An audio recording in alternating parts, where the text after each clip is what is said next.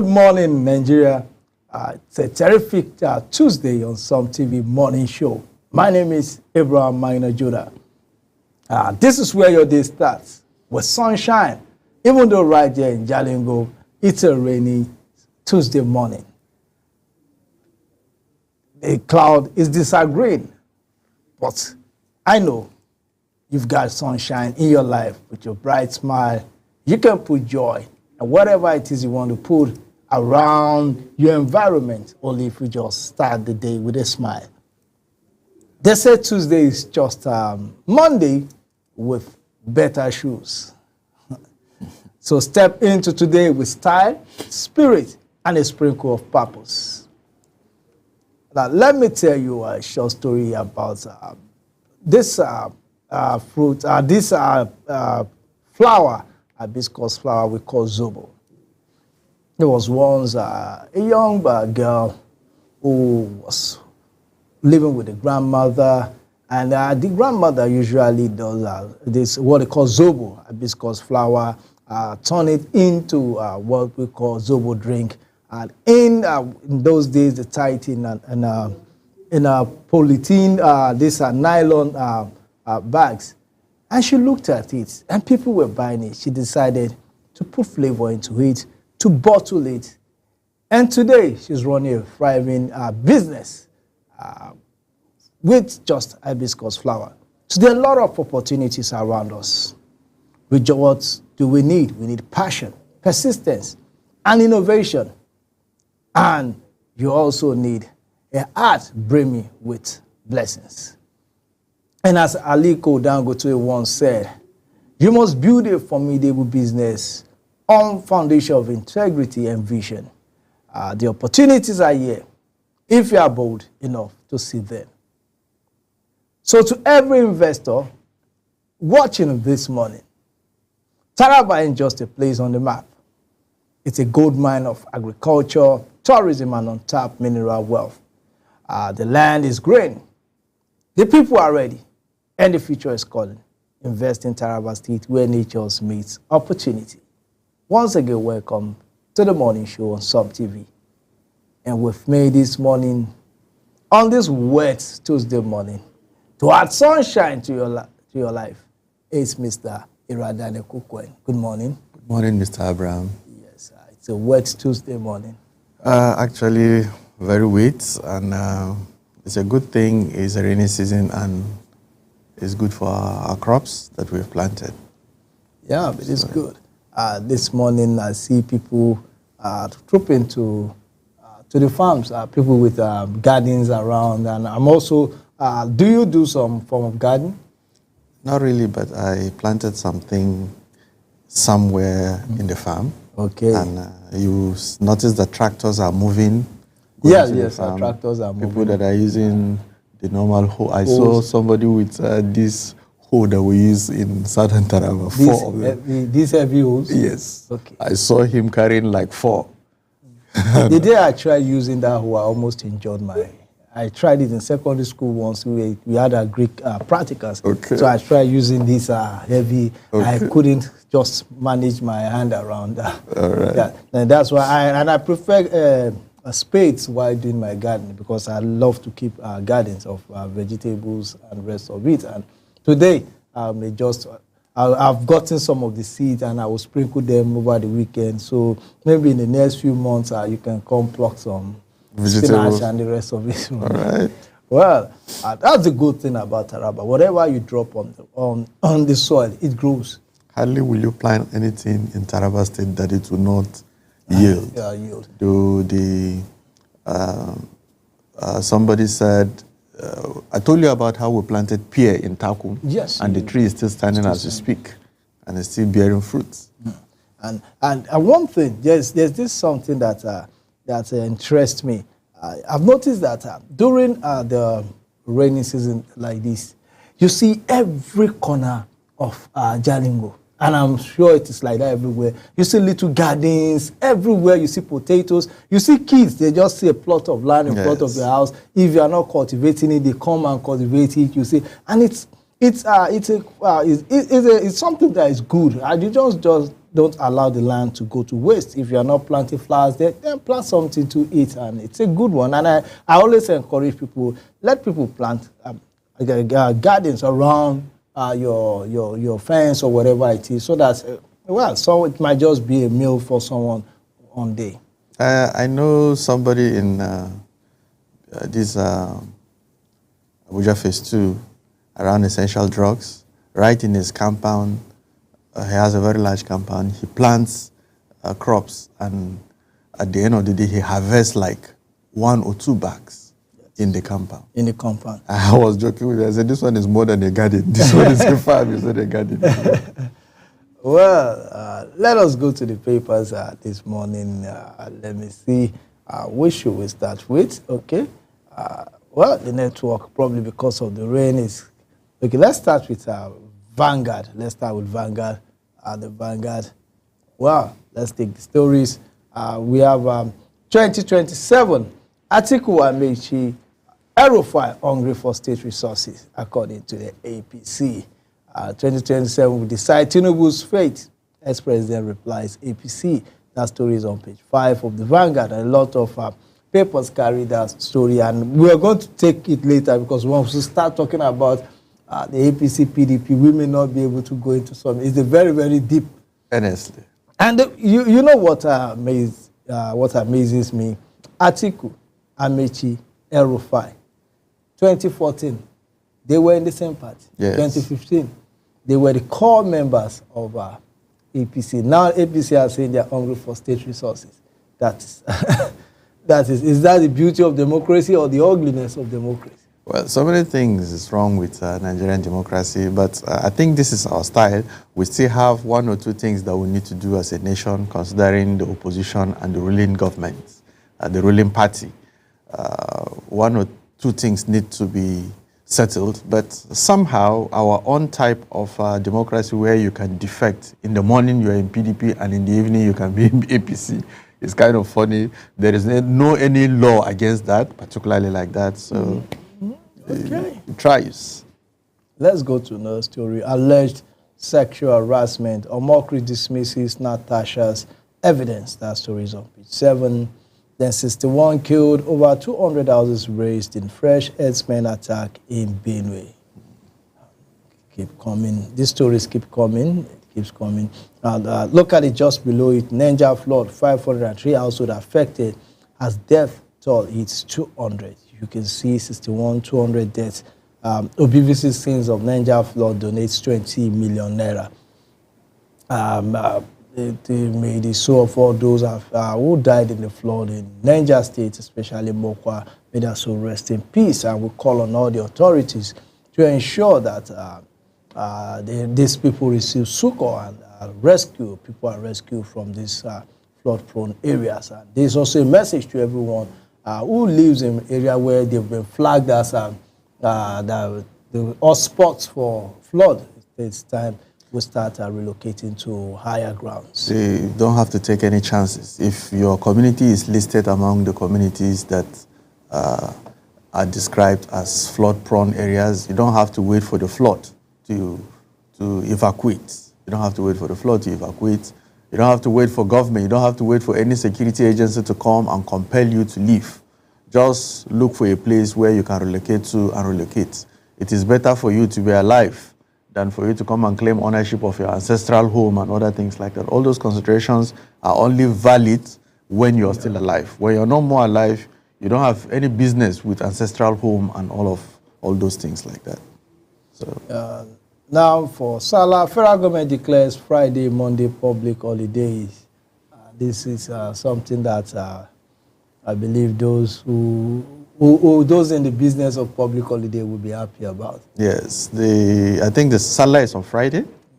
I think it's on Friday and Saturday, so yes, so this Monday public holiday. For them. June is going to be a very public holiday month. We still have June 12th.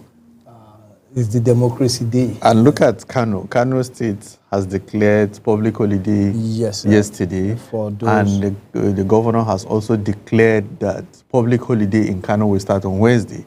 Okay. So Kano now will be off work for almost like a week, because from Wednesday to Monday, then June 12th again.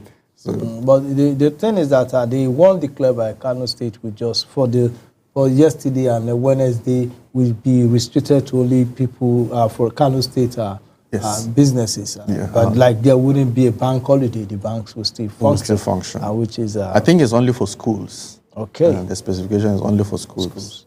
Then where CNG Auto is thriving, investment are expanding. That is PCNGI Boss.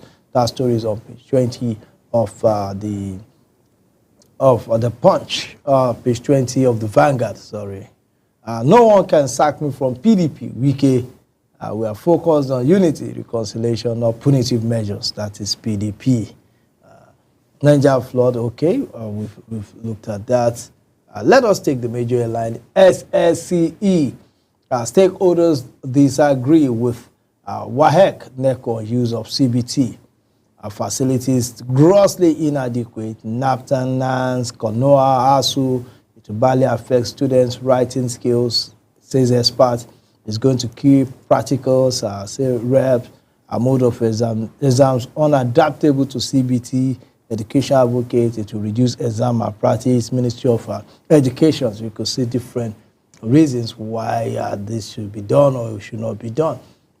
Let me just take what the Punch as the Vanguard. The pronouncement by the Minister of Education, Dr. Tunji Alausa, that the conduct of the secondary school examinations by West African Examination Council, WAEC, and the National Examination Council, NECO, will now be computer-based from next year. We have to be reviewed, going by opinions by critical stakeholders regarding the readiness of the country for such an exercise. While the leadership of WAEC and NECO claims the agencies are ready to take on the new challenge, the availabilities of the necessary facilities in the country could pose a significant hindrance to achieving it. Then we have the head of NECO office, HNO of WAEC, Mr. Amos Dagnot, and the Register of NECO, Professor Dantani Wushishi, who spoke during a Zoom meeting organized by the Education Writers Association of Nigeria, titled CBC for SSC. Well, let us look at, I want us to look at the different reasons that Tom gave. WAEC said that CBT will save us from logistics issues, just like the type that we had during the English examination was written in the night. In the night because, say, papers leaked before they could move papers from one place to the other. We can make use of other agencies' facilities. That is what NECO boss is saying. Yeah. Maybe universities and private this. What's your take on CBT for WAEC, General? Well, I don't have any issues with that. I think it is a good move. The only concern is that some stakeholders are saying we're not ready.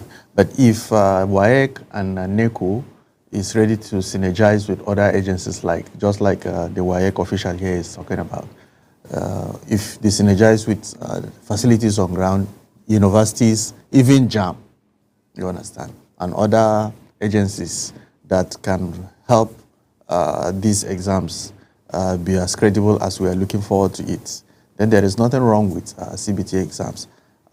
Somebody mentioned from the headlines there about practicals and other things like that.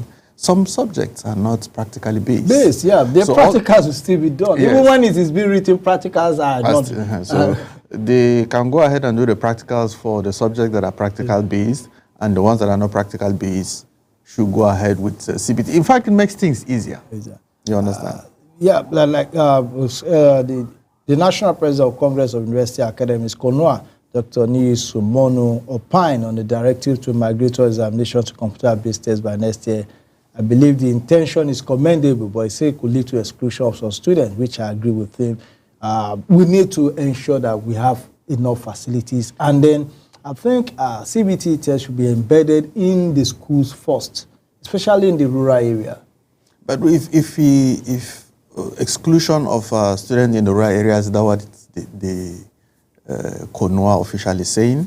He said it may lead to them being excluded because if they don't have the facilities, like maybe the way JAM is being written, you have to move to a particular place where JAM is a day this thing. But in this case, we have almost a month or 2 months, so you can't move children for every morning going to. That's true. That's true. So it's going to be a huge logistic. And SSC is a larger exam. Yeah, it's a larger exam. ASU is saying they should not be rushed, which I agree with. It should not be rushed. It should be something. Then, Nance is of the opinion that let's use JAMB UTME as litmus test. Okay, I think Nance is also saying if the WAEC and NECO are going to make use of the facility of JAMB is using our orders, they cannot be enough. We have not mentioned the issue of network power supply. Yes, these are just the issues. Now, this is one that I will want to. It will negatively affect students' writing skills. A former lecturer at the University of Abuja, who now teaches in the University in Rwanda, Dr. Isaac Aro, said it will badly affect the writing skills of students. At the University of Abuja, I was the examination officer for 10 years. From the experience I have gathered over the years, my main worry is that CBT will negatively affect the writing skills of our students. Well, writing skills. So using biro and paper, is that what he means? I don't. Just relate with some of our students, you notice that they mostly speak better than they write. I doubt if all schools, whether can be provided with facilities. Well, I agree with that point. Most people, most graduates these days, most university students, if you interact with them, you will notice that they speak better than they write. Right. I've seen instances where somebody speaks very correct English language, but the written format of it is something else. They will have so many errors in spelling and other things like that. But that's even that I don't think CBT will be the cause of that. I understand. And the world is even moving from using pen I don't know and when paper. last if it's not absolutely It's necessary. You don't see me with a pen and paper. I am telling you. I type everything on the keyboards and the rest. The world is moving towards that direction. You know, once upon a time, when we wanted to switch from chalk to marker board. Yeah, you know, in those days, while I was young, we take slates to school. I know people who say that these kids, how will you teach a toddler with exercise book and pencil? No, you must use chalk. That is how chalk you scribble. But now, I don't think there's any child that is being taught with chalk any longer. You know. So it is things that will come and go with time. You know, whether we like it or not, we will move to this stage one day. There are societies in this world now, somewhere in Europe and other places like that don't use this system of exams that we're using to write our SSC. So if we refuse to move next year, somehow, somewhere, one day we will have to move. So maybe it's better off we start, or maybe it has to be something that they describe, maybe blended. You blend the two. Yes, you understand. Some of the subjects will be taken on CBT. Some of the subjects should be written. Then you start preparing, looking forward to every school having a standard ICT center that can take care of this. Okay, well, let us go to another paper. Let's go to This Day. Let's go to This Day. Having some little challenges here. If you are with This Day, please. Okay, I've seen This Day. Now on This Day, we have this at the top of the cover page of This Day. We have Obi. Niger flood is a tragic reminder of our shared humanity. Visit scene, condoles victims, donate 20 million naira. A disaster and act of God. Say governor's wife donate 50 million naira. IPCR sympathizes with victims, government. I say a NACOP seek fresh power tariff hike despite 230% surge for select customers. That is on page 10. While another headline has this as Wike an asset to Tinubu's second term bid. Last Amaechi for trivializing hunger. Says no one has guts to tell him he's not a PDP member. Alleged judge is ground rent debtor. APC accused Atiku El-Rufai Amaechi of desperation to grab power for self-aggrandizement. Dixon warns Nigerians against opposition conspiracy that won't change Nigeria. We also have, we also have some other, let's go to the major headline. Presidency, Tinubu's diplomatic shuttles have attracted $15 billion FDIs in 2 years. Says President made 36 foreign trips across Africa, Europe, Asia, Middle East, America. Let us look at what the presidency has to say concerning his travels. The presidency yesterday disclosed that the international trips embarked upon by President Bola Tinubu since he assumed office about 2 years ago has yielded over $50 billion in foreign direct investments to Nigeria.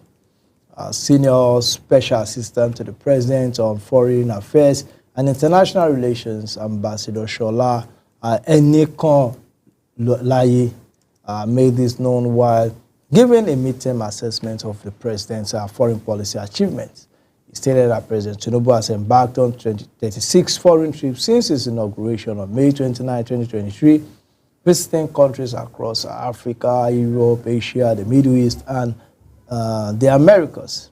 This, he says, include Benin Republic, Chad, Ghana, what are we? The former ambassador had several additional visits that have been approved for the rest of the year, all aimed at engaging, deepening, and strengthening Nigeria's bilateral relationship with other nations.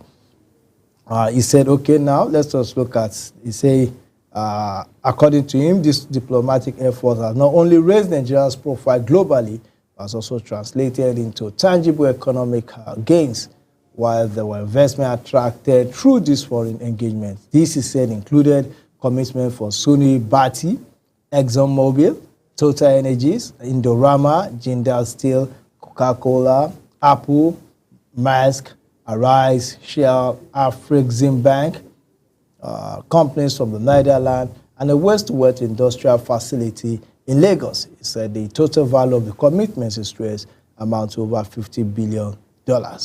And he said the inflows was a result of the administration's economic reforms and effective foreign policy. What's your take on? Well, some of these things, well, I don't want to say they are laughable, but why? Well, I don't want to be, but the truth is that what they are saying is so glorious that you will believe that if these things are real. No, but do you have information to say there? Because honestly, we have to be very.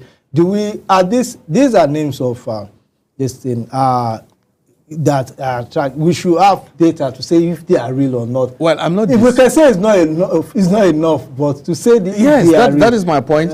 He talks about this thing as if we have moved from the stage where we don't have rampant inflation, we don't have epileptic power supply, we don't have chronic unemployment. No, let us get the facts straight. Yeah. He's not saying we don't have issues. He's saying his travels have attracted this. Has it attracted it? What is the use of this information if it doesn't put food on the table? If we don't see the Hausa people say we don't see these things in practical terms. The common man on the street does not know the meaning of all these things until we have what is it called? Until we check the inflation rate, until we're able to check the level of unemployment. Let me ask you a question. Yeah. If you have a farm somewhere and you tell your family I have a farm, does it mean that you don't have a farm until they see the thing? What is the use? What will you be telling your family that you have a farm and there is no food in the house? No. Why in the process of making the farm? Will you just say, okay, since the farm, the soil, the seed is in the ground, we shouldn't talk about it? Well, what I'm trying to say is that people are saying we're hungry. Your family is saying we're hungry. We want to eat food now as it stands. You're telling them I invested $50 billion in the farm. Don't worry. Well, that goes a long way to give them confidence and give them hope. But all we're saying is that let it, at the end of the day, this thing should not go down the former, because we've had these stories before during previous administration. They will tell you so many good things that very soon we were out of the woods and things, because this is the language they use.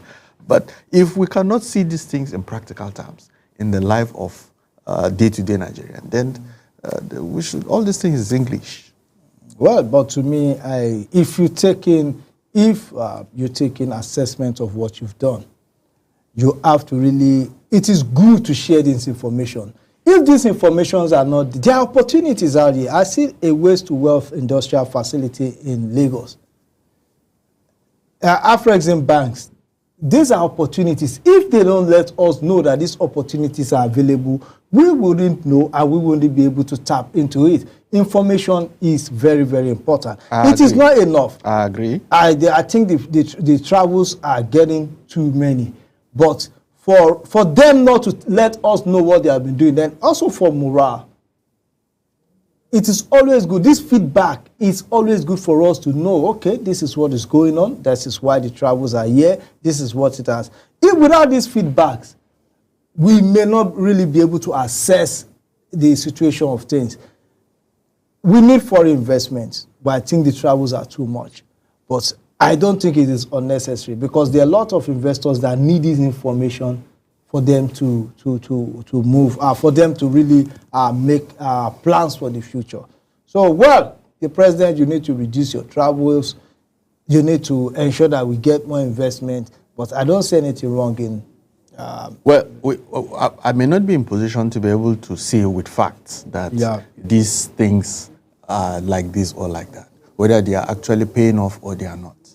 But for the fact that there is a need for us to move away from this stage that I would like to describe as optics to the point where we'll see the real dividends of this travel. You understand? In our day-to-day lives. Let me give you some of the things he said. He said, the EF also announced that Nigeria has gained 16,300 square kilometers of maritime territory under the United Nations Convention, the Law of the Sea, expand the country's continental shelf deep into the Atlantic Ocean, and it's a major achievement that offers enormous potential for maritime security and the exploitation of blue economy resources. What do you think of this? Well, just like you mentioned earlier on, this has a way of benefiting Nigeria in the long run, but we are yet to see it in practical terms. How do you see when you gain 160? You know, one thing is this: it is not everything that is tangible that you can hold. Now, let me give you an example of what gaining 16,200 square kilometers of maritime territory will mean. Now, when you have that, you have total control over this thing. Now now that's part of the sea, you can exploit it. You can also secure it because we have issue of piracy, whereby if that water is not, you don't have control over those territory, you may not able to take control of those territory. There are lots of potentials, enormous potentials for maritime security, exploitation of blue economy resources. These are areas in which people are beginning to invest into it. Okay. If we don't know this... Okay, look at what somebody is saying here. He said, these deals must be managed, monitored, and made to benefit everyday Nigerians. Yes, that is... Not just oil, not just oil majors or political allies. Maritime expansion sounds good on paper, but what does it mean for a fisherman in Bayelsa or port efficiency in Lagos? Yes, it means a lot for the... Let me speak for someone that understands a little. Now, if this place is secured and Nigeria have total control over that area, now the fisherman in Bayelsa, if that sea or that part of the sea is secure, he can go fishing. For the fisherman in Bayelsa, if an investment is made on that sea, around his vicinity, his kids can work in those investments. Well, those are practical. I agree with you completely, but how long are we going to wait? Because that is my point. So much funds has been expended in these travels, which is actually good. There is no way you be able to achieve this without going to woo the investors and do the things that has actually brought this giant strides. But my point is that at the end of the day, let this not be some optics things. At the end of the day, let it not be stories on the papers written in English with very good grammar. Then at the end of the day, it does not benefit the common man on the streets. You know the reason why I don't like absolute when they say this thing has no benefit is... No, I'm not saying it has no benefit. The reason why is that I knew when GSM came, some people were some people are adamant that how will this benefit a poor man? Yeah. How will a poor man carry 35,000 to buy a phone? Yeah. Why will you use this to buy a SIM? It's true. But in the long run, they say, is it phone that we eat? Yeah. Nigerians are hungry. Obasanjo said, no, Nigeria is eating in this thing. Is it phones we eat? But look at it now. It's one of the best benefit is enormous. That's one of the best policy of Obasanjo's government. Someone somewhere said, the student loan scheme. You want to end, but we see people. So the thing is that if we don't have this information, if we don't have these things, it is good to bring it. It is not enough. What the government is doing is not enough. But when they release information like this, it is always good to look at the positive side of it so that we don't be left behind when people are cashing out. And you'll be like, wow, I didn't know this was there. With that, let's move away from this day and see another paper. Well, I think let's take the Punch. Have we taken the Punch before now? No. Okay, let's take the Punch. Okay, we have the Punch. Okay, try. Yes, the Punch. Presidency moves to settle 2 trillion power debt. That is the presidency is trying to settle the 2 trillion power debt. Then Reps grills WAEC chiefs over exam disruptions. That is on page 18 of the Punch. Judiciary workers strike grounds court.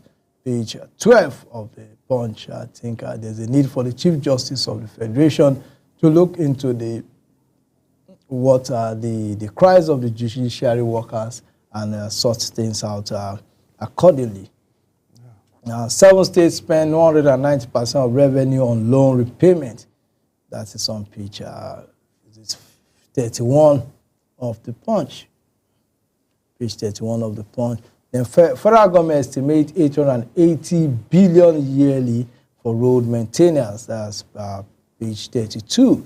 Federal government estimates 880 billion yearly for road maintenance. I just hope that Taraba State is part of the areas where they are looking at, because it's quite strange.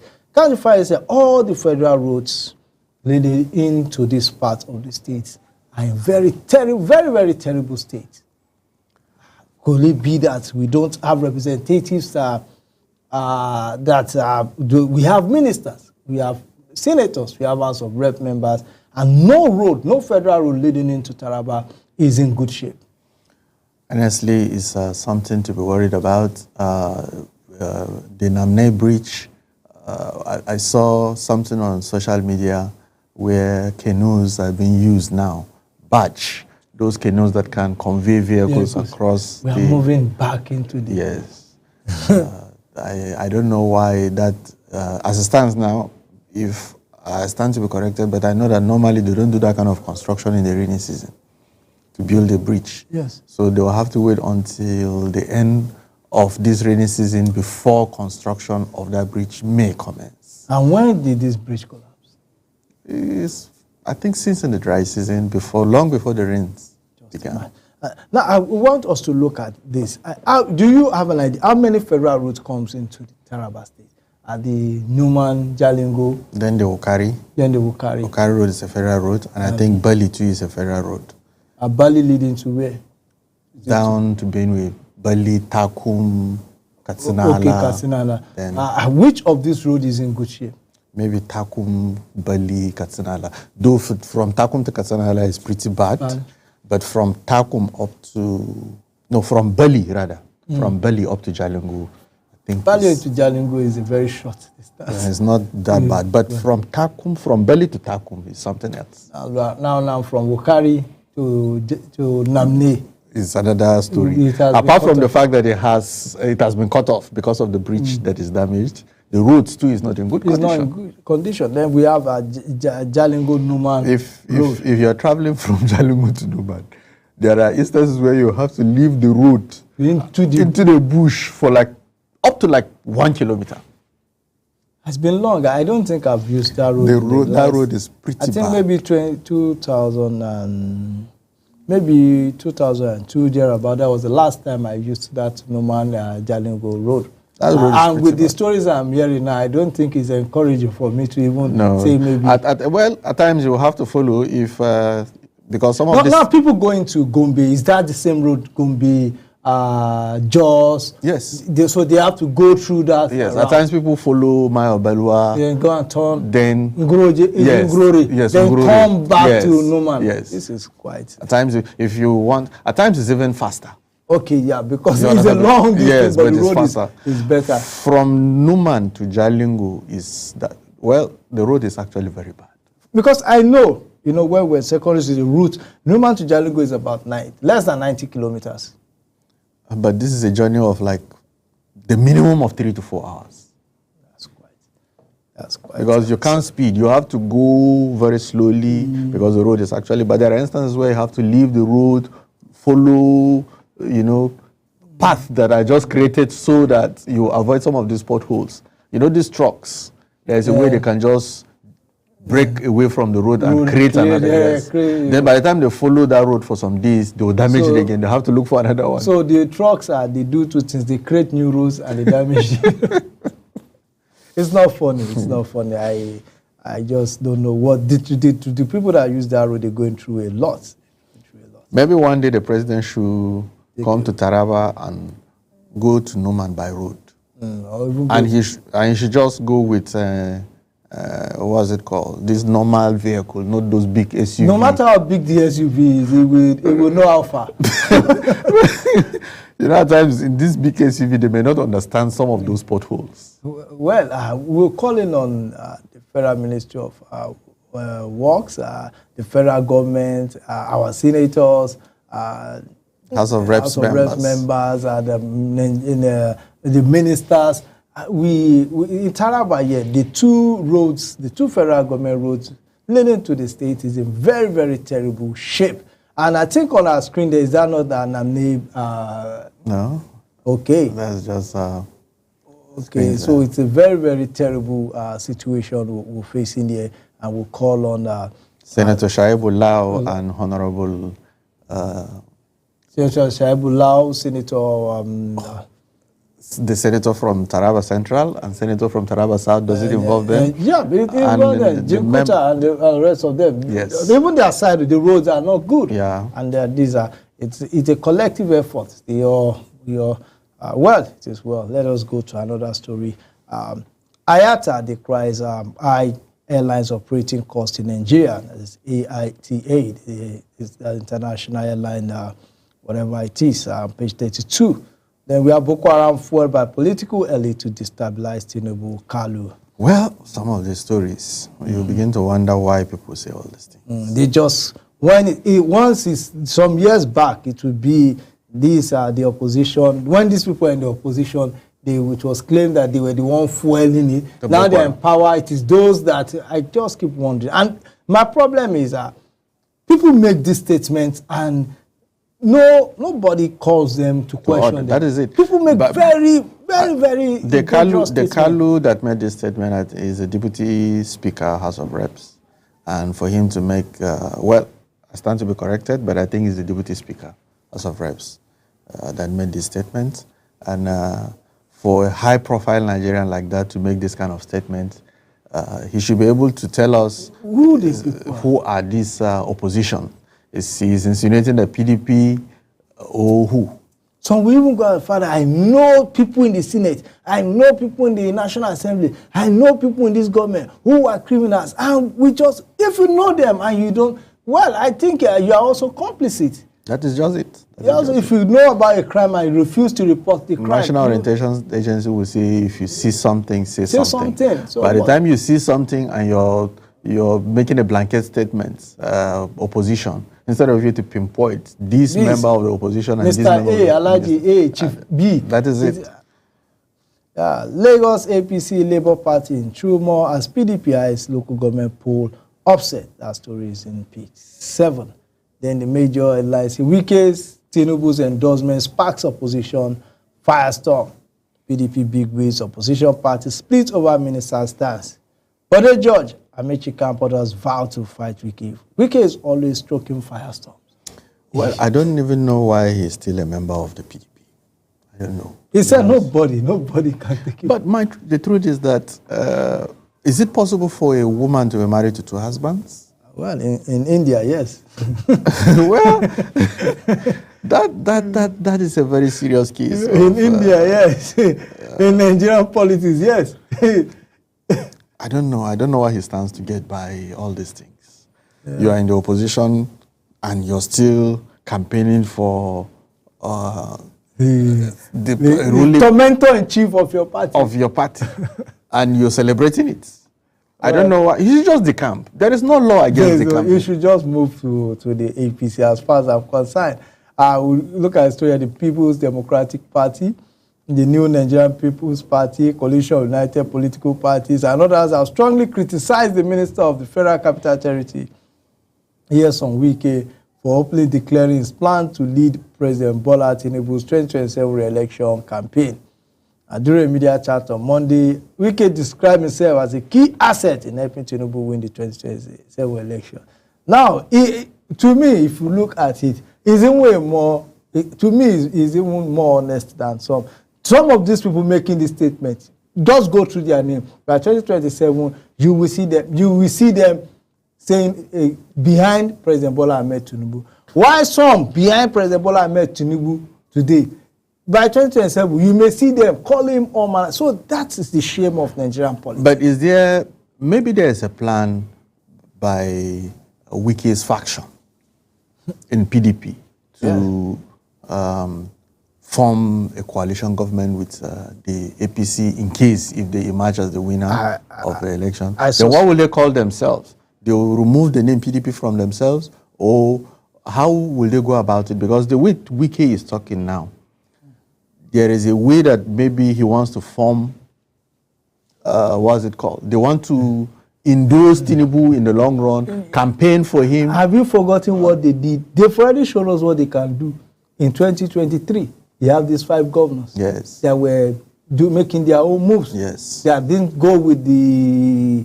some went with Peter Obi among the 5. Some went with Atiku. Atiku. No, none of them went with the 5 governors. None of them went with Atiku. Yeah, it's true, it's true. Some went with Wike led in steam for Ashwari Bola Ahmed Tinubu, while Autumn worked for Peter Obi. So I think they may just be, they will just be a disruptive force within the PDP. And well, may God help the PDP in this case. PDP is in a very serious mess. I don't know how they are going to survive this, considering that strong party men like Tinubu, the Atiku of this world, are running away from the party. It will still be there, but not as strong as it's supposed to be. The vice presidential candidate of 2023 has moved to the APC. The presidential candidate of 2023 is looking for alliance with some out there, and is not even.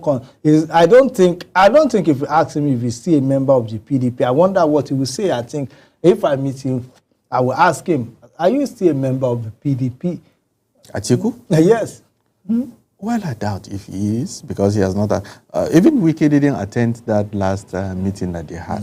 These people are not PDP members. That is the truth. Well, until you check the register, your name is still there. But is there anything that is anti-party more than what Wike is doing? There are a lot of. What is more anti-party than this? This is working against your party, and I think the PDP has a right to expel him. But if you expel him, I don't know why they're afraid of expelling him. There are a lot of issues that has to do. He has a lot of people in strategic places within the PDP.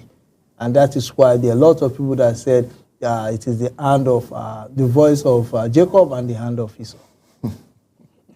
Well, let us leave PDP with their issues. They will solve it when the time comes. Let's just take some. Is there any paper there that interests you? Not really. Maybe we'll just move to the next segment.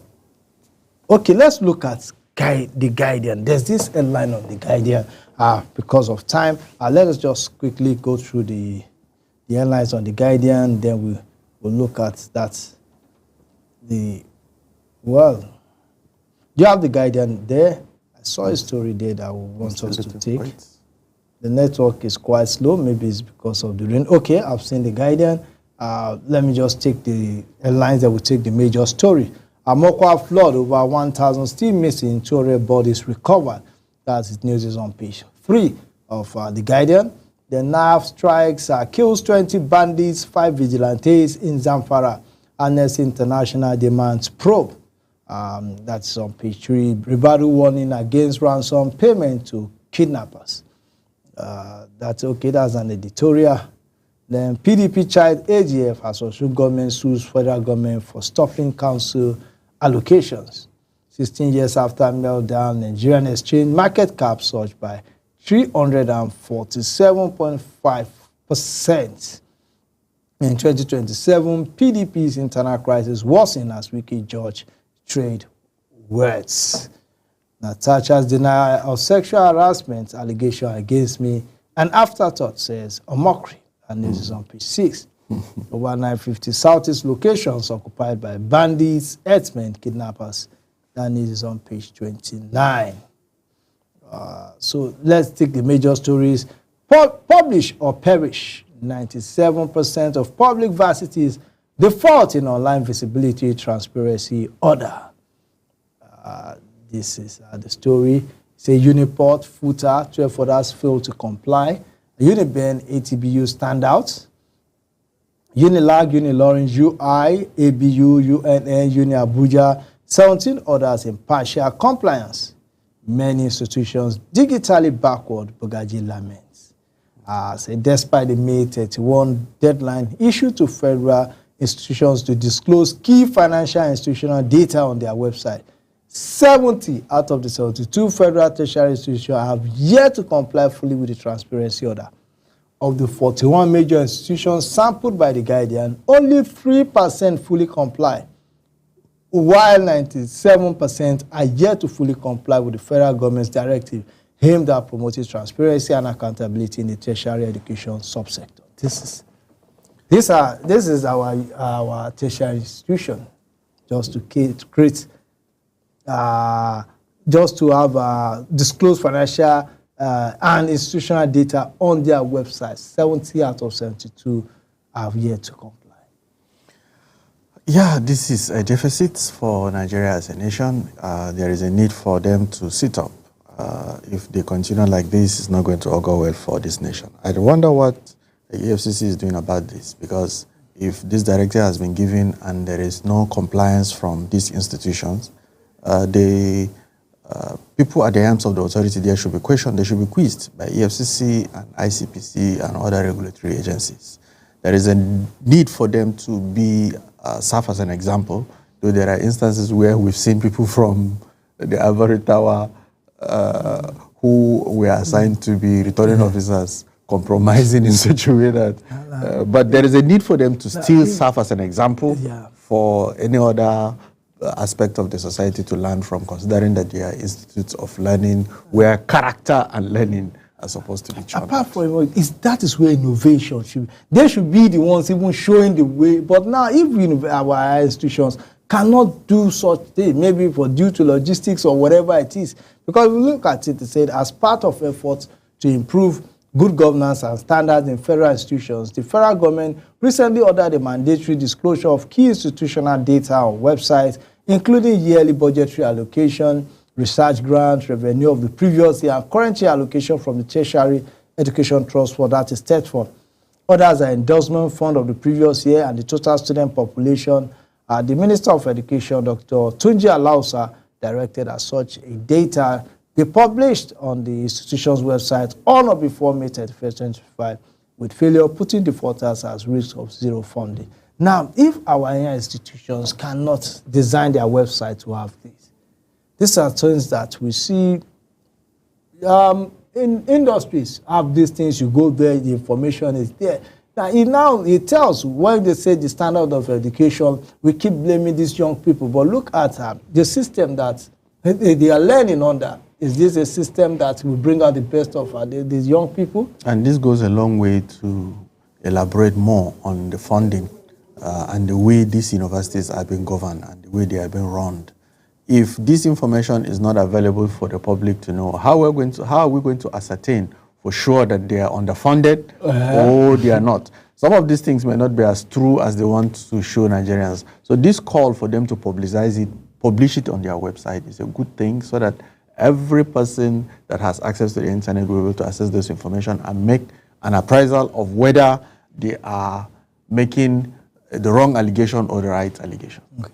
Let me even see. It's also in line with global best practices, where sharing financial record online is the norm, and it's fostered trust between public, higher institutions, government.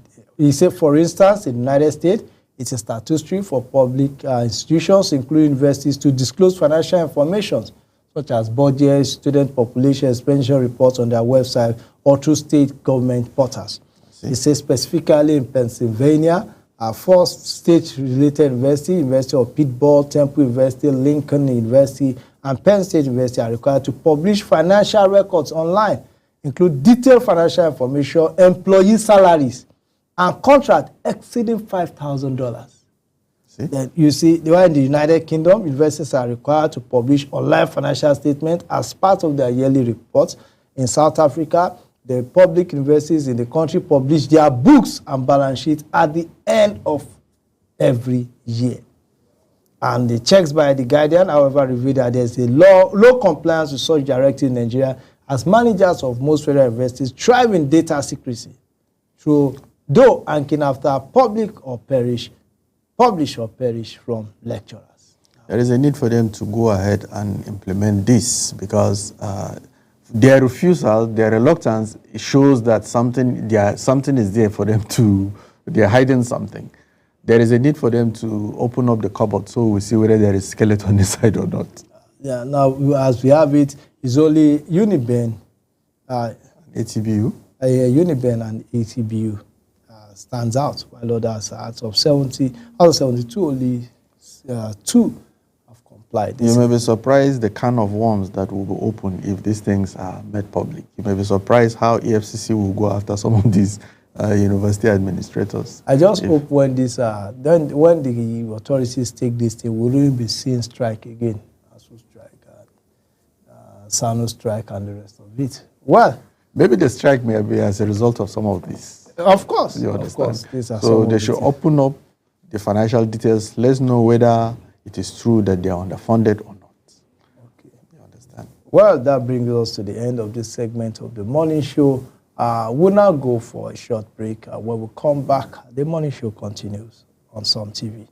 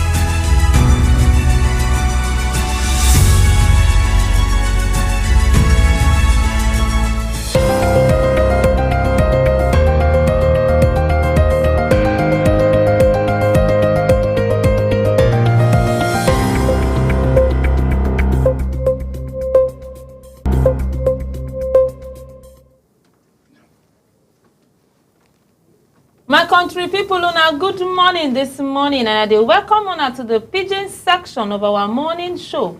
As this na section where we dey knack una tori on things wey dey happen for inside we country, even itself, our community and our society.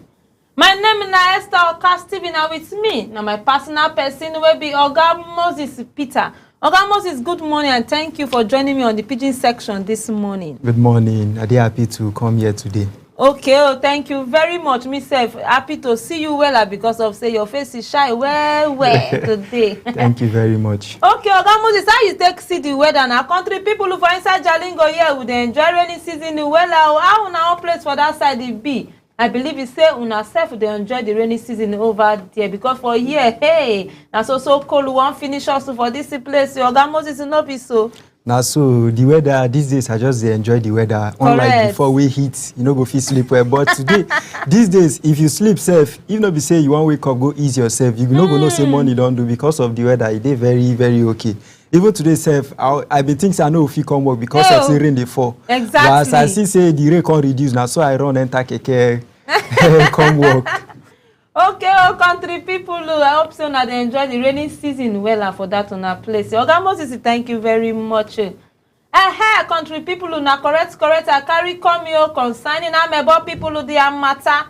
And then they talk to na matter where they happen for society. Now we will talk about this morning, my country people. Say one popular artist with them they call him say Yusuf, one popular Yoruba rapper. Let me say his name na Sadiq Yusuf, aka CDQ. He don't talk who come outside your sake of say na so Yoruba. He dey take the rapping song. Now this Olofofo people, Amebo people, they come gather begin they talk on top CDQ matter. Say CDQ not sabi book. Say CDQ na illiterate na him be. Say no go school. Say no sabi speaking good English. Na him make in they always they rap in Yoruba. Country people now they hear this kind talk. Now that when I come make and come outside, you come talk. Say in they hear English well. Say not be illiterate na him be. Say in they proud of his heritage. In they proud of his mother tongue. That is why in they sing in Yoruba. And Oga Moses, you sabi say even if you get one popular artist, whether they call him say Fino. Fino, yes, so they rap You know, see say Fino, na so Igbo. Now Fino they take the rap. That one mean say Fino not sabi English. Country people, why people say no go even they mind their business? So because of say person come outside begin they flow with in mother tongue come mean say he not sabi English. Now him make am they speak. No, now love now they have for their culture. They love their language. They are proud to from that place. Now him make that they speak. And Oga Moses, how you see him? I beg, why I carry Oga Moses sit down with me this morning? I say of say I want make him help me touch light matter go. Amebo people to their side. Una go the one that say this one are concerning musician. Now why Esther go come sit down for here? They talk about musician matter. Why they condemn? No, I bring this story come sake of say it gets Amebo people for society. Even if say you not be musician, then they always they talk for inside company. They talk for inside society. Any smart way you do, sake of say they no get work. Any hustle way they do. CDQ now hustle in the hustle. I mean not be so. Yeah, so. CDQ no better post those ones when the be say they go enter people account, collect money when the be say not be their own. They will come talk say na business, say na hustle, say not be fraud. Country people, that one not be fraud. CDQ hustle not better pass those people their own. So I beg, I want me Oga Moses help me touch light matter enter society.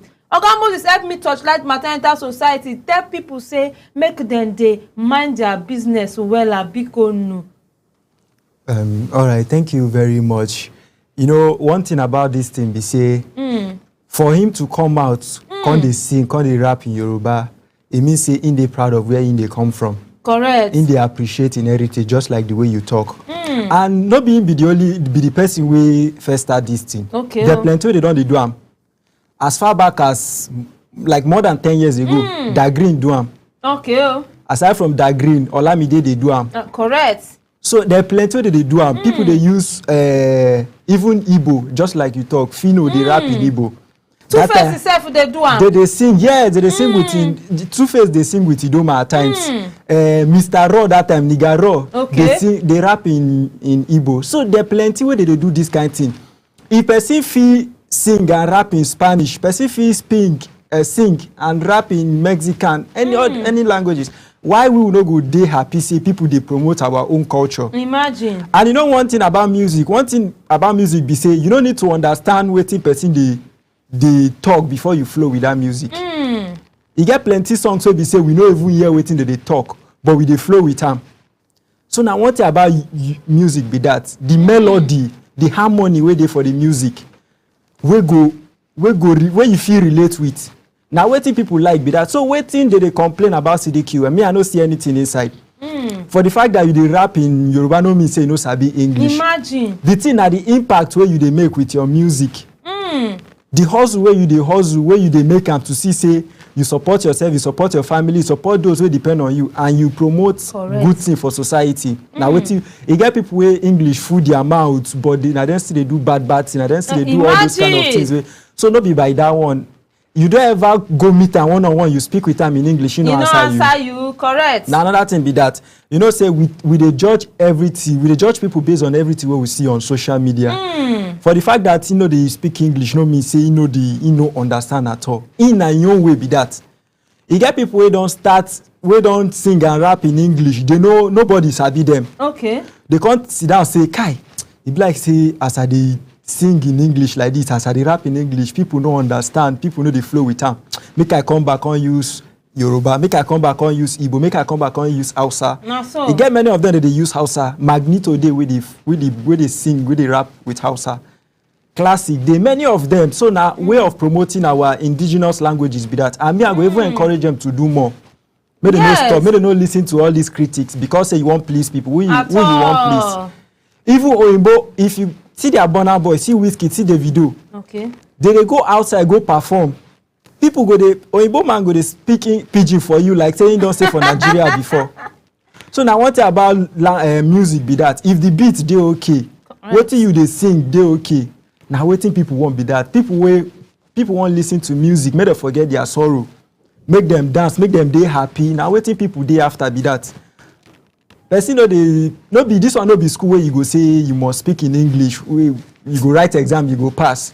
Thank you very people much. want just enjoy their life. So make I encourage my people for society be say make we know today they judgmental of all these people. Now so if tomorrow they hear say CDQ don't go steal or don't go do bad thing now then go say see this one, why you leave music go do this kind of thing.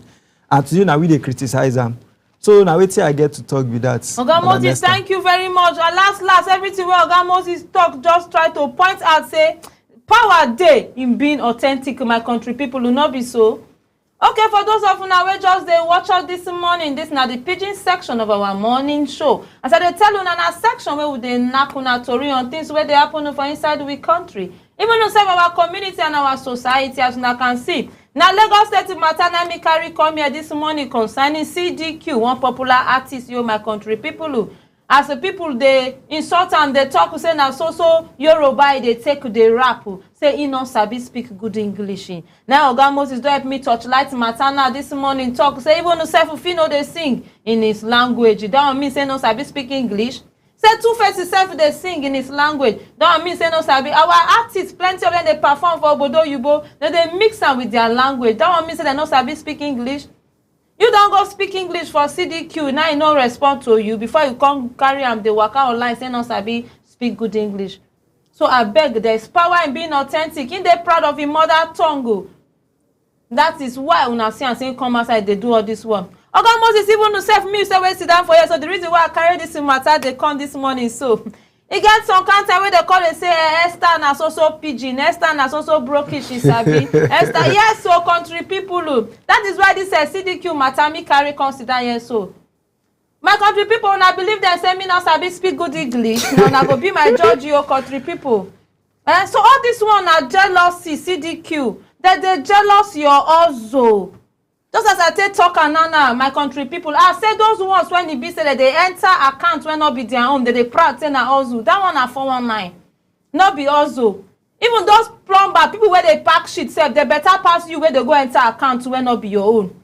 Those where they pack shit, they better pass you where they because that one are stealing. So that one not be also where you go proud of. So this one might be correct also. Even yourself tailoring dead there. People where they make hairdresser they dead there. Shoe shiner they dead there. All those ones na sweet hustle. They make money from that place. But some people, when if you notice our Oga Moses, those people wey be say they sabi, they talk, they poke nose, they chuchuk mouth anyhow for matter not concerning. Those people you sabi say many of them they go work. Na so They don't get work to do. Na sake of say they don't get big phone, na to they criticize people also. Now be there. If you check their lifestyle where they know they come up to for hours 24 hours. And you know one thing be say, the thing be say, if you get work where you they do, where they keep you busy. We be say if you come back, you think of how you go take rest. Tomorrow maybe you go back work, or you get one thing, one task to do, one assignment to complete. We be say deadline day. You know go get time to for all these kind of things. So now make people find something to do because they say an idle mind is the devil's workshop. Correct, your Oga Moses. Now devil workshop. Now idle mind it be.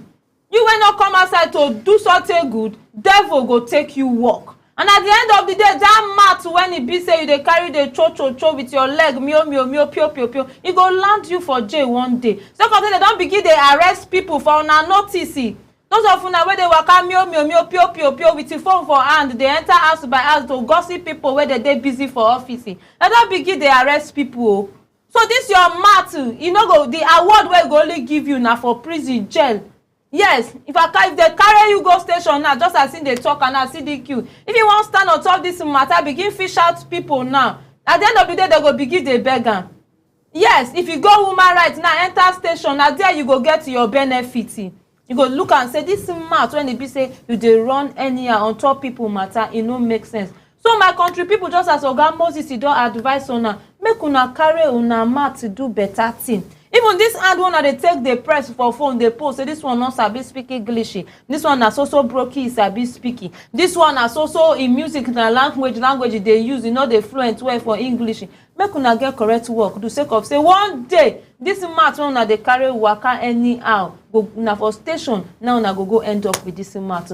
Thank God to say Oga Moses, you don't advise on now. And the last one when he talk say I don't mind. Na devil workshop. So if your mind they idle, you not get anything to do. You not get also like those shoe shiners to them. Those people where they pack shit to them, they better pass you. Where go just sit down idle for that place. They talk say this one a shit they packing. This one a tailor they do. They not better pass those people in any way. So make una wake up from una sleepy. And also our youth to them when it be say they sit down for us, when it be say they just dey there, they look and say, okay, me where they make fast money, I better pass this one where they drive keke. Make una get up, go enter higher for even that keke, that tricycle them. Make una go also bring money come us. Many of our parents dey there now, they don't weak, they not fit also. But yet these parents go still go outside, clear grass for people, carry food to come on top table. Shame not the cash on now. And una dey young, papa do for una from childhood till adulthood. Una say una dey find sharp money. Go farm now, una no wan go farm. But I know say the youth where they watch me this morning na correct youth they be. As I be say all of una get sense where we no be lazy youth they watch me this morning, no. Because I know say after our show all of them go also not be so. So I beg the youth in the house, youth where they watch this program, make una get up, make una support una family. Sake of say many of una now when say una dey write exam, na don finish. But this make una go learn trade.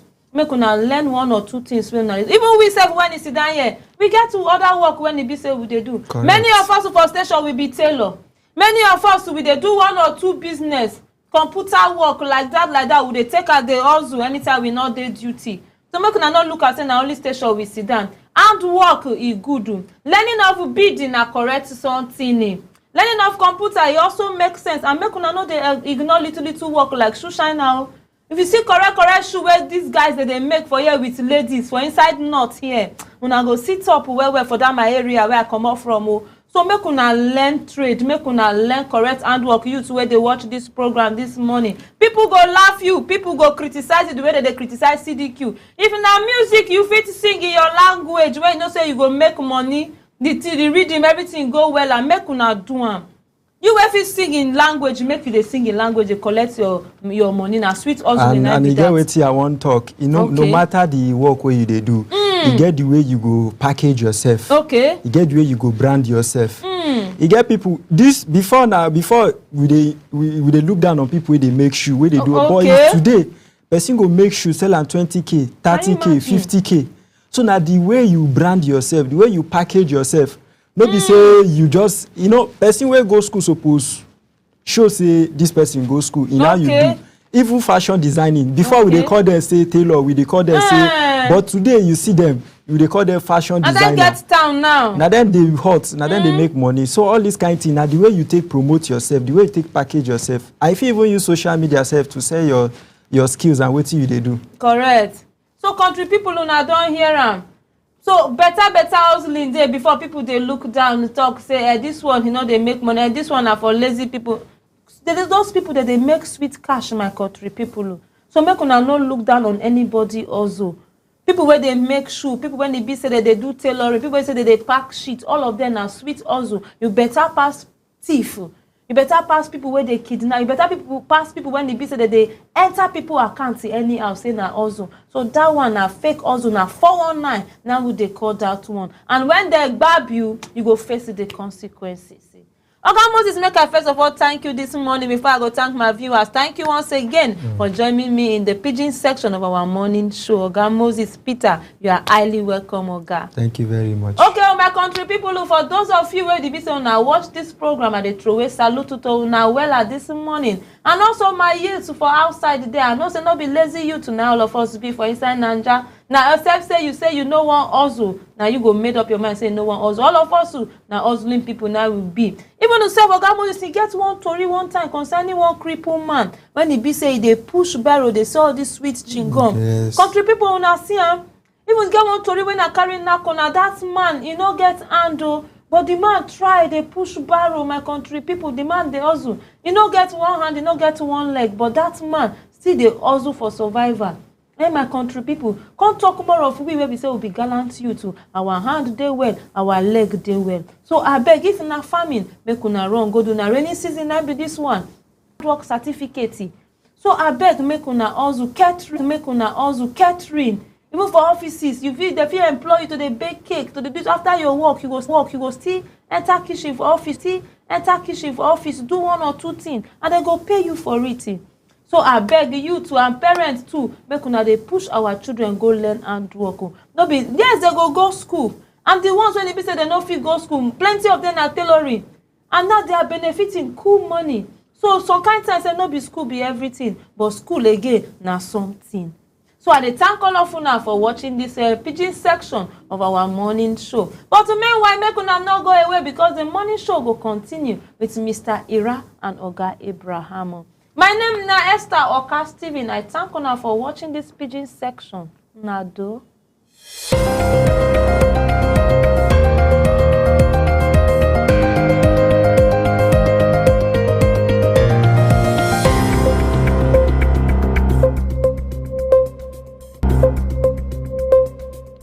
Are you a businessman or woman? Do you need loan to grow your business? At Taraba Business Development Center, we offer both business and personal loan with flexible repayment plan. We are located in different parts of Taraba State. Jalingo branch, opposite Civil Service Commission, 183 Amarua Way, 090-3134-4333. Zing branch, Zenith Bank agent beside College of Education, Zing, 070-3125-2559. Are you a businessman or woman?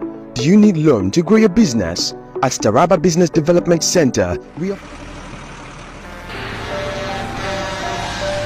When a tanker bearing fuel falls or an underground pipe bearing fuel bursts, what do? Scooping fuel in your bucket or running far away from impending fire?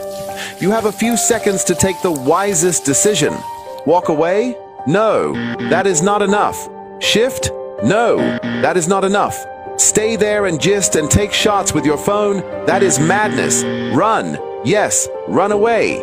Yes, your life depends on your action. The flames come suddenly, unexpected but uncontrollable. Why? Fuel is highly inflammable. Why? It just requires a spark to set off a ravaging inferno. So, don't stay there to think. Storm away to live. Do not throw away your life in anguish for meaningless fuel siphoning.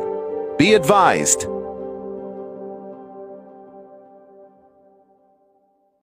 Hey Taraba State, let's ascend to the future. Imagine a world where entertainment, transportation, finance and commerce are at your fingertips. 247. Welcome to the future. Taraba Business School and Taraba News proudly present a revolutionary lineup of products and services designed to transform your life. Sun TV, your premier 247 destination for local and international entertainment, news, and educational content. Come to the broadcast of News Hour on Super Media Television. Welcome to the broadcast of World News on Super Media Television. Welcome to the broadcast of news across Nigeria on Super Media Television. This is Sport Daily on Sun TV. Good morning, Nigeria. This is the morning show from Sun TV. Super Cab, safe, convenient, and affordable 247 transportation services across Jalingo and Taraba State.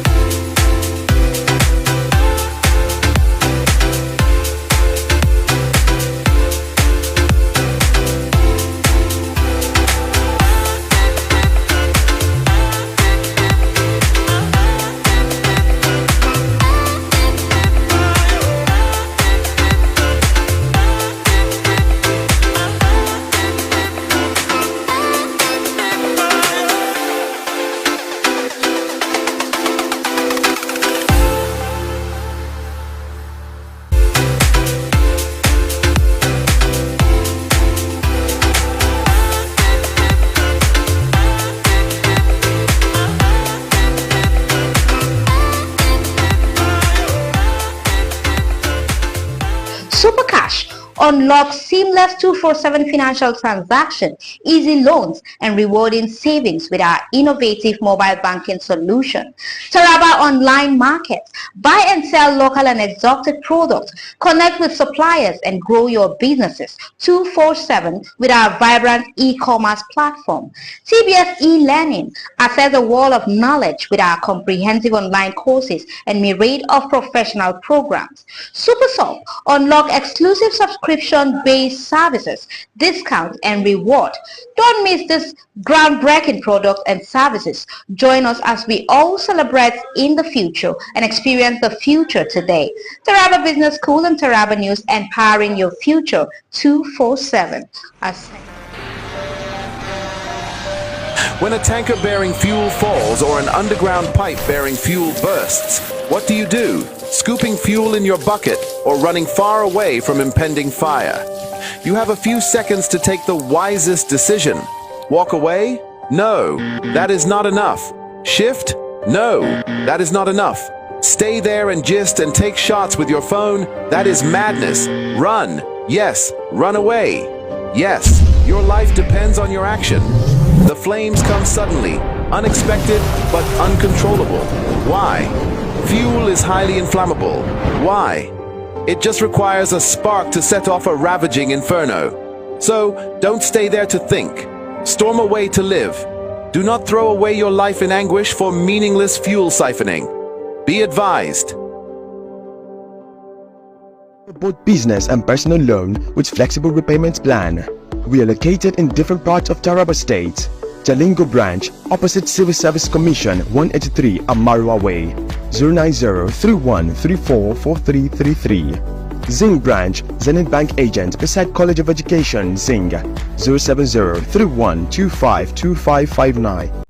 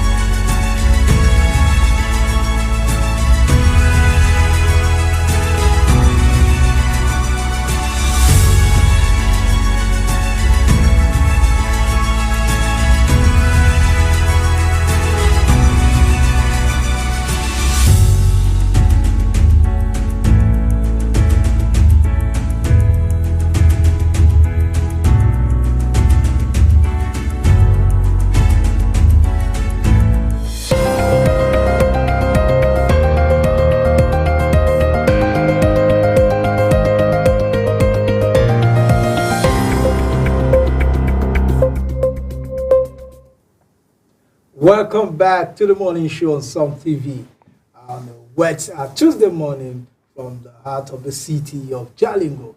My name is Abraham Jordan, and this is the segment where we discuss news about Taraba State. We'll be focusing on stories on the page of the Taraba newspaper. Taraba newspaper is Taraba's most influential newspaper. And with me this morning is a jewel from Taraba. Delectable and beautiful Miss Mercy Joro. Good morning. Good morning, Mr. Abraham. Yeah. Are you done with your exams? Oh, yes, I am. I'm done with it. Very soon you'll be a master. Yes. Well, I think maybe those with masters too should have something, maybe master Mercy. Yes, exactly. Good morning, sir. Fine, thank you. Well, let us go to the stories this morning on the page of Taraba News. Yes. Well, we also have a big fish calling into the program. The Chief Gabriel Lanka himself. I would like him to wade into some of the story. He has very deep insight into the politics of Taraba, and I think there are a lot of stories we'll discuss today, and I want him to call in and we will share insights. Now let's go to these major stories that broke yesterday. There's a public announcement by the government concerning Taraba civil servants to resign before taking political roles. The government warns of disciplinary action against appointees who fail to formally exit service. In a statement signed by the Secretary to the State Government, Chief Gibbon Kataps, this government emphasized strict compliance with the constitutional and public service rules guiding civil service conduct. The statement comes in the wake of recent appointment by Governor Dr. Abu Kefas, who inaugurated chairperson, board chairman, special advisor, and various category assistants across the state. What's your take on this? Under the civil service rule, yes, you're meant to resign, yes, or go a leave of yes, absence when you receive a political position. Yes. And what's your take on this? To me personally, this is a very good development here, because there are some people that tend to, you know, like Nigerians would say, they are taking the seat like their birthrights. You know, when it's time and it's due for you to retire, you retire and allow other people to come in. I think that's where development starts to spur up. You know, when another person's retire, the initiative of that person's will keep on going, and another person's bring another idea. So it's a merging of ideas that will bring forth and bet forth beautiful development in the service. You know, staying long in a particular position doesn't make sense. It's not your rights. It's not your birthright. There are some that they are still young, able in the service, but they've been given appointments, political appointment. And the rules say that if you are given political appointment, you ask for leave of absence, you leave the civil service. Yes. You go and serve as a public servant. Yes, then come back later. It seems in the past, some people have not been obeying this. They hold civil service job and also have a public appointment. Exactly. So this time around, it is clear. Yes, I really love what the governor is doing, and it is applaudable. It is something that we have to support him in this, because it will also make sense where someone would be earning from both sides and still wants to serve. What are you serving? You're due for retirement. Yes, it's just I would say it's a stomach infrastructure business they want to. Let me talk about stomach. What is this infrastructure in the stomach that need to go? It's a very. If we go into that matter now, we will not finish it. Now let us go to another story. I will be waiting for Chief Gabriel Olayinka to call into the show. I would like to take him on some of these stories. Now, we have this. APC vowed to expel members accepting Governor Kefas' appointment. The Taraba State chapter of the All Progressive Congress has issued a stern warning to its members against accepting political appointments from Governor Abu Kefas of the ruling People's Democratic Party. That is okay. Now they have warned that no APC member should accept appointment from Governor Kefas, or they will be suspended, or they will be expelled from the party. Well, what's your take on that? It doesn't make sense, because they are to serve. The governor is here to serve, irrespective of the party. You understand, irrespective of the membership that we are in, and whoever we support, whoever party the person is, because if you are given an appointment, it shows you're worthy of it, you're qualified for that position, regardless of the party you are in. So it doesn't make sense where the APC would want their member not to accept an appointment from the governor because they are not in the same party with the governor. It doesn't sit right. That ideology doesn't make sense at all. I am not in support of the APC doing this. Okay, I think I have online now Chief Gabriel Olayinka. Good morning, sir. Yeah, good morning, Mr. Abraham. You're welcome to the morning show. Thank you so much. It's my pleasure having me. Yes, the stories we have today on Taraba News is something that we will need your expertise on this story. Right now, we are on APC Taraba vows to expel members accepting Governor Kefas' appointment. Our guest in the studio, Ms. Mercy Joro, she's of the opinion that it's a call to serve, irrespective of what party you belong to, you should serve the state. But, Chief, what's your own take on this story from the APC? Yeah, it's a call to serve, but each party has their own constitution. The constitution of the APC provides that it is only the National Working Committee of the party that can permit a member of the APC to serve another political party. So the question you need to ask yourself is, whether or not the individuals that are being given appointment by the PDP-led administration, whether or not they have seek the permission of the National Working Committee of the party to accept those appointments. That's one. Okay. Number two, thing you need to also look at is that we are getting close to the election, and every party will definitely want to do something to their favor. To the PDP, is a political strategy. If you see individual that you think that they are relevant and there could be an obstacle to 2027, there's nothing wrong to bring them closer. Okay. It is not left for those individuals to look at it, whether to obey the constitution of their own party or to go by the appointment given to them. If they go by the appointment given to them, they also have options. And what are the options? The option is either to dump their own political party and join the ruling party, or they fulfill the appointment and stick with their party.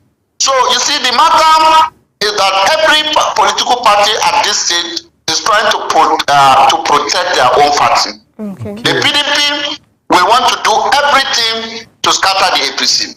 The APC will want to do everything possible to remain in their political party. That's why if you look at Taraba News of today, we did a special editorial on that. Yeah. That this thing is part of the politics, and you cannot blame any of the party, you cannot blame the PDP for trying to woo some APC members into their camp. You also not blame APC for trying to protect their party from being wooed from some of their members. Okay.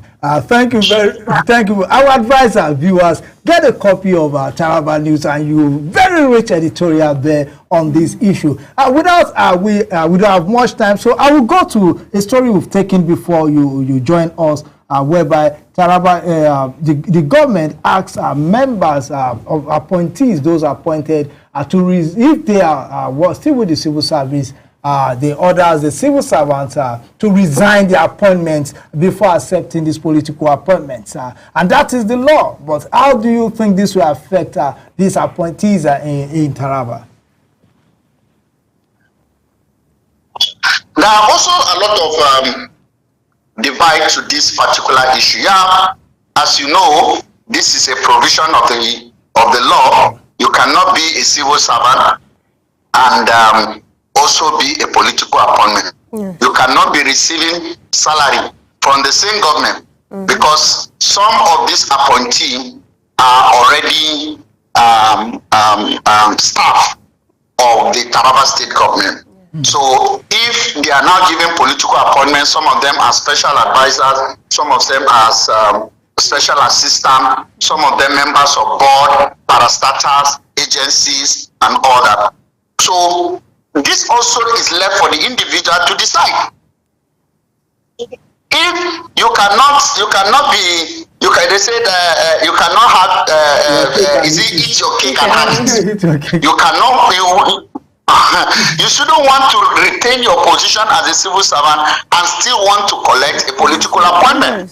So it is left for these individuals to decide. But you see, there are a lot of issues to this. Also, the people need to weigh. I know of somebody who today is an associate professor, and by that rank is collecting over 450,000 monthly, and he has been given a special advisor. By Taraba rating, a special advisor received between 200 to 300,000. Okay. So you need to look at it. Are you willing to forfeit? This is his normal emolument, apart from other benefits that he gets. Are you willing to forfeit that?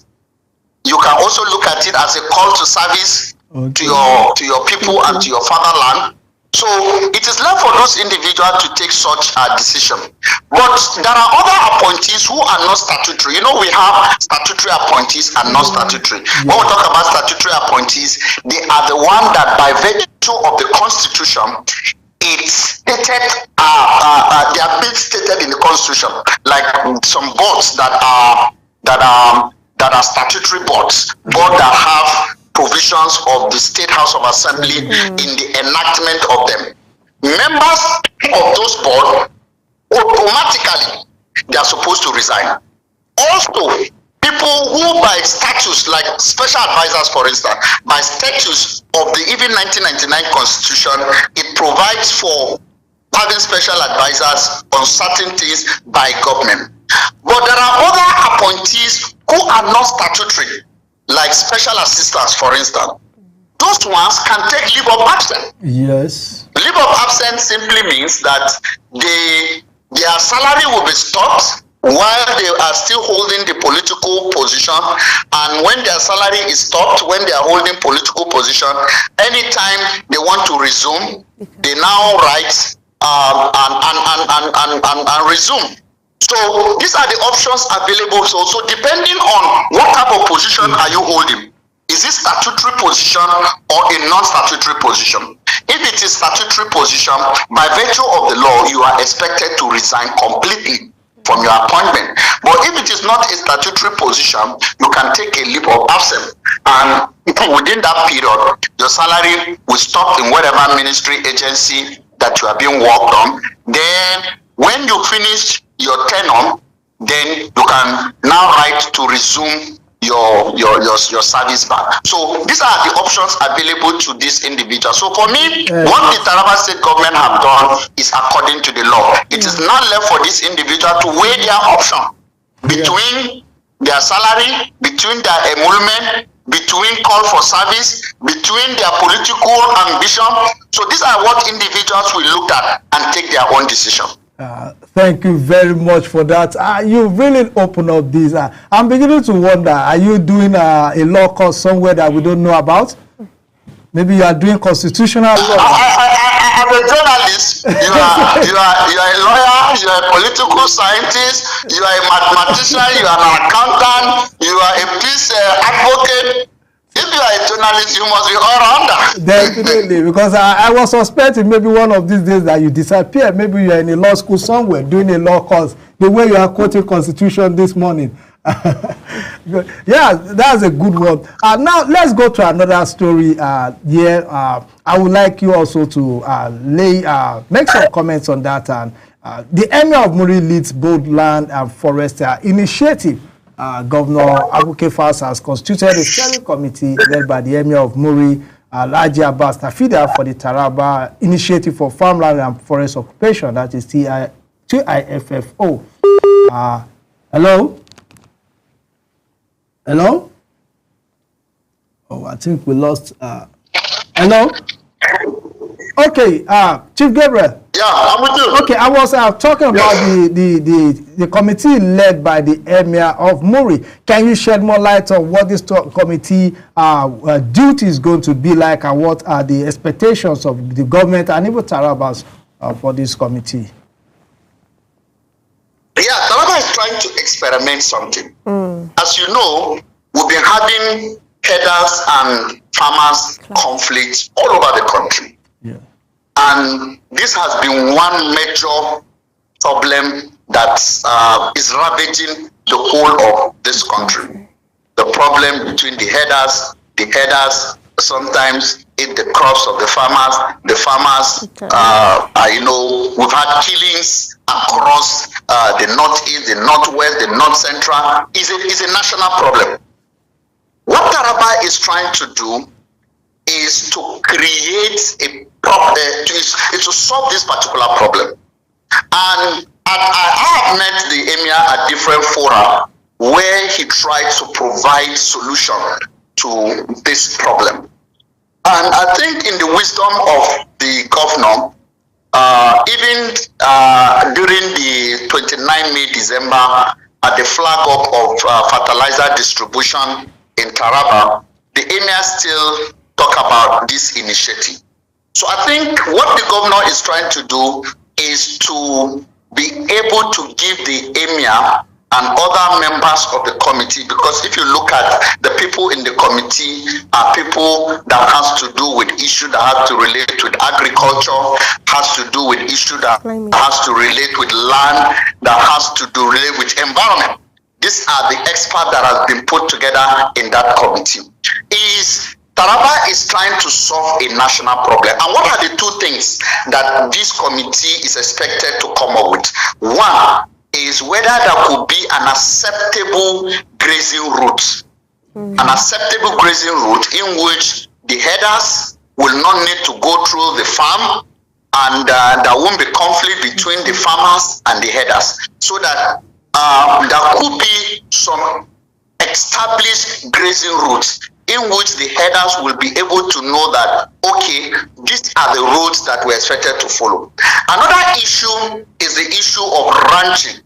The emir has been one of the persons that has been advocating that we must continue to use modern approach to solve our contemporary problems.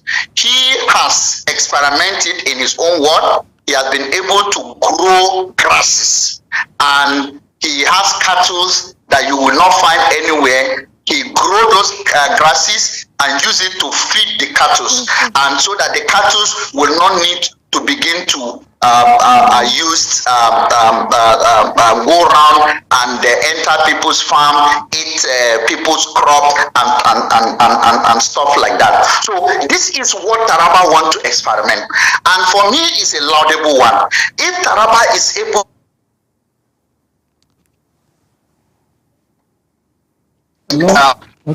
farmers and traders, this can be replicated in other parts of the Nigeria. And I think Taraba will now be in the forefront of solving a national problem using a local solution. So I particularly really want to see the result of this Emir Muri-led committee. And I hope they are able to provide that solution. You know, sometimes something about solution is that it's better said than done. Yes. I've seen a different fora where he articulated what he has in mind, but putting it together and also looking at his position, because he keep talking about the fact that you must not continue to use the old approach to solve, because things are modernizing, the world is growing, and we must begin to think of using modern technology to be able to solve the problem. Hello? To try to solve the problem of farmers and headers problem. Thank you very much, Chief Gabriel Olayinka, for the insightful analysis you've done on the committee led by the Emir of Muri. Quickly, yesterday there was a sad event that occurred in the Jakanda area of Taraba State, where fire destroyed property worth millions of naira. And Taraba News broke that story, and even at the time you broke it, there was no response yet from the fire service. So what actually occurred, and what actually occurred, and what led to the fire? From what we gathered, the immediate cause of the fire has not yet been ascertained. Okay.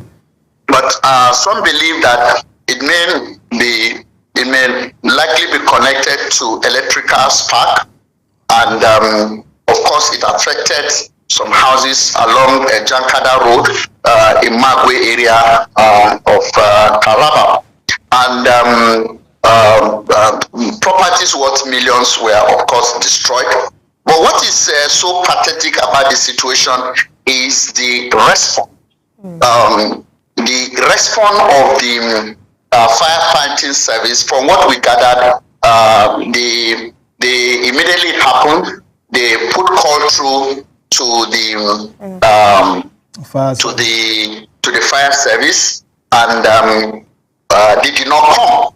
Hours while the fire was still raging, And we all know that the fire service stations is still on the same, almost on the same route. It's on the major popular street we call Amarua Way. Yes. And by every approximation, it will not take more than 15 minutes from the place, from the headquarters of the fire service to arrive at the place where the fire incident was taking place. But it took hours. From what also we gathered, it took the combined effort of residents and people around to put efforts together, personal effort, to be able to control the fire. And it was at the time at which the fire has gone that the fire service now arrived. And we were told that the people were angry, and send them away. Yes. So that also talked about our response to emergency.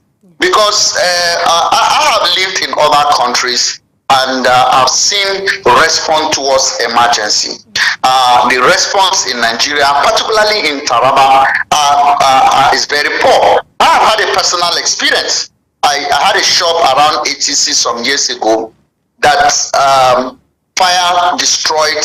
It was a warehouse where I warehoused things that has to do with stationaries and all that. I lost millions of naira in second. And within the area in which it happened, we're supposed to have a fire service at the university, which is just about 5 minutes to the place where the fire was going on. We're supposed to have a fire service at the Bamba Sunte airport, which is just about 15 minutes. But all these two proximity that are close to where the fire was happening, they couldn't rescue the situation. Before they came, fire has engulfed about 15 shops at once. And a lot of people, up to today, as I talk to you, if you pass through that area, the place has not yet been rebuilt. There was no intervention by government. There was no response.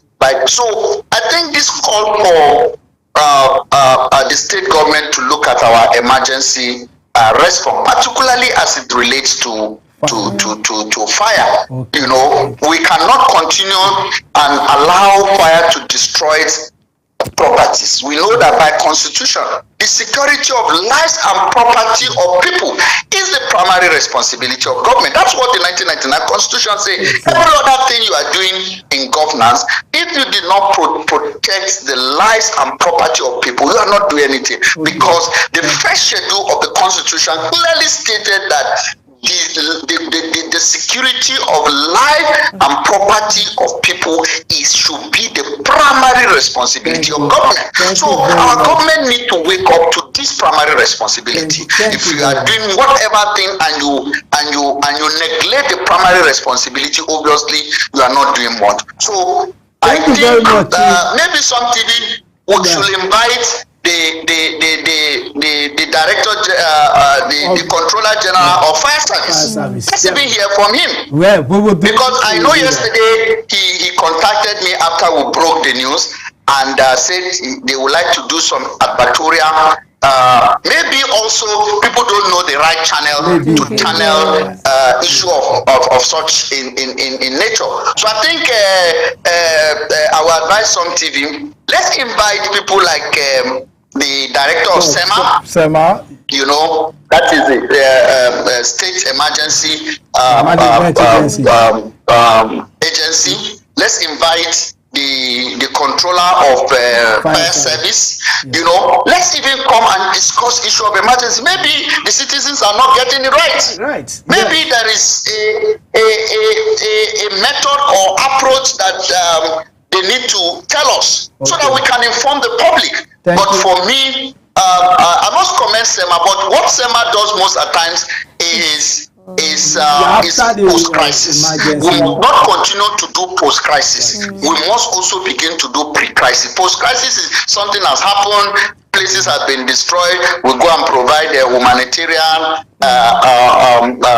support and all that. But we can also be proactive. Proactive is even preventing some of these things from happening. Thank you very much. I think I will encourage Sun TV to do that. Let's invite the Director General of SEMA. Let's invite the the controller of fire service. And let's enlighten people about emergency issues, particularly in the state. Thank you very much. And yesterday I got to meet someone who claimed to be the owner of that building, and our correspondent is already on the way to talk to the person, and we will get information on that too, and we'll ensure that on Some TV it is going to be aired during the news. So our time is fast spent. We're almost at the top of the hour. Thank you, Chief Gabriel Olayinka, and we wish to keep seeing more of you in the studio. You need to come back to your joy, to your love, that is journalism. It seems you're more into business nowadays. Yeah, thank you. Thank you, Chief Gabriel Olayinka. Thank you so much. Yeah, you're welcome to the morning show once again. So we'll let you go here so that we can round up this show. The news comes up by 10 a.m. Thank you very much. Have a wonderful day. Thank you. Okay, thank you. Yes, we just have to round up the morning show. It's quite an exciting one. Miss Mercy Joro, thank you for joining me. You've heard it from the lion himself. Yes. Thank you very much. Thank you for having me. Okay. Thank everyone that has been part of this morning show. Wants to say thank you for joining us, and the viewers. This is where we wrap up the morning show on Some TV. My name is Abraham Minor Joda. Have a wonderful day.